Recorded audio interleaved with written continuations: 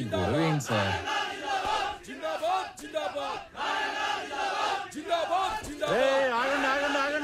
ఆగండి.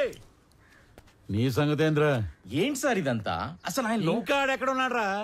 పెద్ద సత్య హరిశ్చంద్రులా మాట్లాడుతున్నావు. మేం పవర్ లో ఉన్నా ఆ రామారావు గారిని చూసుకుని ఆఫీసు మొత్తం మమ్మల్ని పట్టించుకున్నారా? అందుకే అన్ని ట్రాన్స్ఫర్ చేయించి ఆ ప్లేస్ లో ఇన్ఛార్జ్ గా నేను తెచ్చుకుంది నువ్వు చెప్పే బుర్రకథలంటానికి కాదు, పెండింగ్ లో ఉన్న మా ఎన్ఓసీలు ఫైల్స్ క్లియర్ చేసి మా చేతిలో పెట్టడానికి. సార్ మీలాంటి వాళ్ళు ఎవరో కోర్టులో వేసిన కేసుల వల్లనే ఆయన ఇంకా రిలీవ్ అవ్వలేదు. అసలు ముందు మీరు రామారావు గారిని వాడు వీడు అనకండి సార్, నేను ఒప్పుకోను. ఒప్పుకోపోతే ఊరేసుకోరా. అయినా నువ్వేంట్రా కొత్తగా ఈ మధ్య పొద్దు తిరుగుడు పూరా ఆడేపు తిరుగుతున్నావు? అంటే రామారావు గారితో పనిచేస్తే చాలు ఎవడైనా సరే నిజాయితీ మాత్రం పుచ్చుకుంటారనమాట. ఇవన్నీ కాదురా, ఇప్పుడే ఫైల్స్ క్లియర్ చేయలేదనుకో నిన్ను ఆఫీసుని మొత్తం తగలెట్టి బూడిచ్చేసి తీసుకెళ్దామని చెప్పి మంది మార్పులంతో వచ్చా. సార్ ఏంటి సార్ ఇదంతా? రే ఆడ మీద పెట్రోల్ పోయండి. ఇప్పుడు అవుతారా పనులు? ఈ ఎడంకన్ను కొట్టుకున్నప్పుడల్లా నేను నేల కతుక్కున్నాను రా, ఏదో జరగబోతుంది.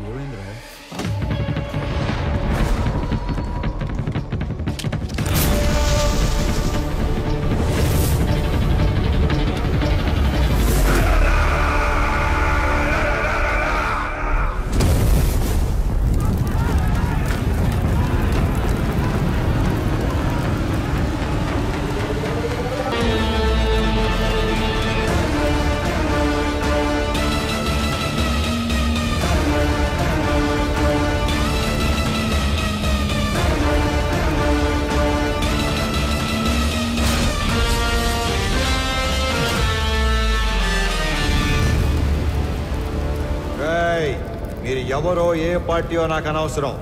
ఎవరైనా సరే అధికారంలో ఉన్నాం కదా అని కొండలు తవ్వేస్తాం, చెరువులు పూడి చేస్తాం, అడ్డంగా భూములు కొట్టేస్తామని దౌర్జన్యం చేద్దాం అనుకుంటే అవుట్ అవుట్.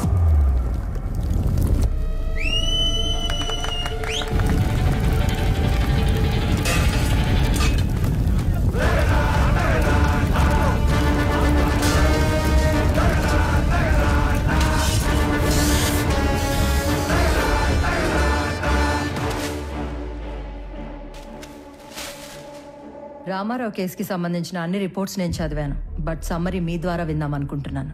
అఫ్ కోర్స్ యువరానో, మేము రామారావుకి సంబంధించిన అన్ని యాక్టివిటీస్, అతను పెట్టే ఖర్చులు, ప్రాసెస్ చేసిన ఫైల్స్ అన్ని ట్రాక్ చేసి చూశాక ఒకటి కన్క్లూడ్ చేయగలం. In simple words, mister Ramarao is highly controversial in his deeds but very calculative in his moves.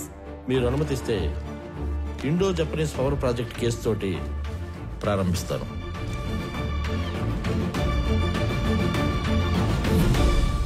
నేను కలెక్టర్గా సేవలో ఉండగానే భారత ప్రభుత్వం నిర్మించబోతున్న ఒక అణు విద్యుతోత్పత్తి కేంద్రానికి అంకురార్పణ జరపడం నాకు చాలా సంతోషంగాను కొంచెం గర్వంగాను ఉంది.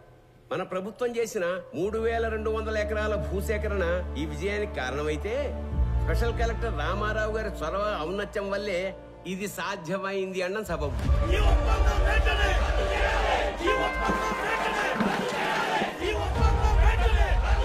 హరికి హైతో గారు sir, as a token of appreciation to mister Ramarao, felicitate him please. Beach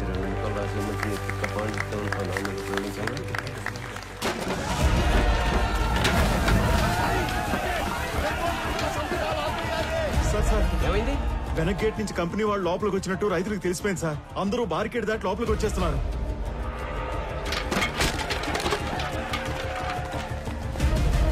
company వాళ్ళకి సెక్యూరిటీ ఉన్నా ఎందుకైనా మంచిది, రూల్ ప్రకారం ఎస్పీకి ఇన్ఫార్మ్ చేయి. రామారావు సార్.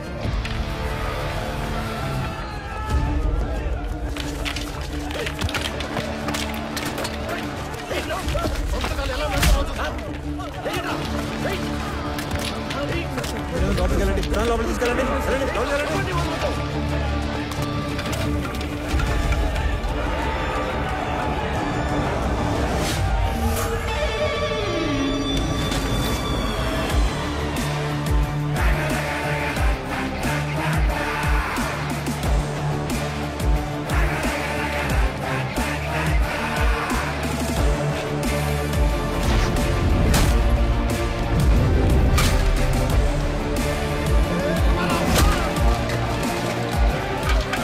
డబ్బులు కట్టి భూములు స్వాధీనం చేసుకున్న తర్వాత ఈ గొడవ ఏంట్రా? విప్లవం చేస్తాను అనుకుంటున్నావా?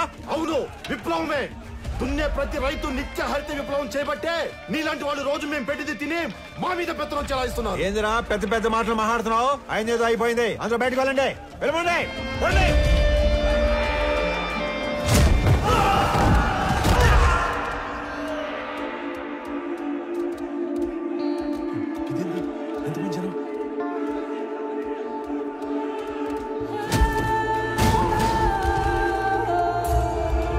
చూడండి, ఇది మనం ఊహించిన దానికంటే పెద్ద గందరగోళం అయ్యేలా ఉంది. వీళ్ళని మన వాళ్ళు కంట్రోల్ చేయలేకపోతున్నారు. వెంటనే ఎమ్మెల్యే గారికి చెప్తాం. పదండి పదండి.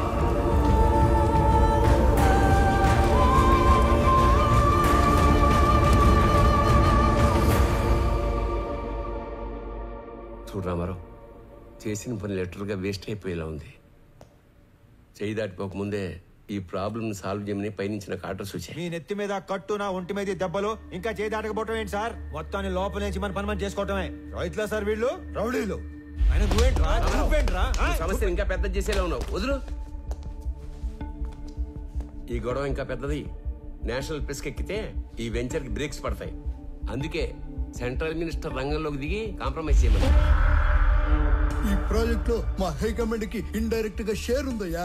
ఈ రోజు ఆ అగ్రిమెంట్ అవ్వకపోతే పార్టీలో నన్ను పక్కన పెట్టేస్తారు. సార్ లాస్ట్ మినిట్ లో ఇంత హంగామా చేసి బ్లాక్ మెయిల్ చేయడానికి వచ్చారు సార్ వీళ్ళు. రామారావు, మనం కొన్నది ఎకరం 7 నుంచి 8 వేలకి. కానీ ఎంఓయూలో ఎకరాకి 40,000 డిక్లేర్ చేశాం. అంటే రూపాయి పెట్టకుండా ఢిల్లీ హైకమాండ్ బినామీలకు 20%, మన గవర్నమెంట్ కి 30% షేర్ వస్తుంది. అందుకే కొంత అఫీషియల్ గా కొంత అన్అఫీషియల్ గా డబ్బిచ్చి రైతులను ఒప్పించి ఇష్యూ క్లోజ్ చేద్దాం అనుకుంటున్నాం. నువ్వు ఇంటికెళ్ళు, రైతులతో మేం మాట్లాడతాం. నువ్వుంటే కోపాలు ఇంకా పెరుగుతాయి. నువ్వు వెళ్ళు రామారావు. ఆ రోజు అర్ధాంతరంగా రామారావుని ఇంటికి పంపించి రైతులందరికీ ఎకరానికి 20,000కు పైగా డబ్బు కట్టి ఎంఓయూను ముగించారు. కొన్ని రోజుల తర్వాత ఎమ్మెల్యే సత్యనారాయణ గారికి రామారావు మీద అనుమానం వచ్చింది. ఎంఓయూలోని కాన్ఫిడెన్షియల్ రేట్స్ రైతులకు చెప్పి వాళ్లను రెచ్చగొట్టి రామారావే తిరుగుబాటు చేయించాడని కేసు పెట్టారు.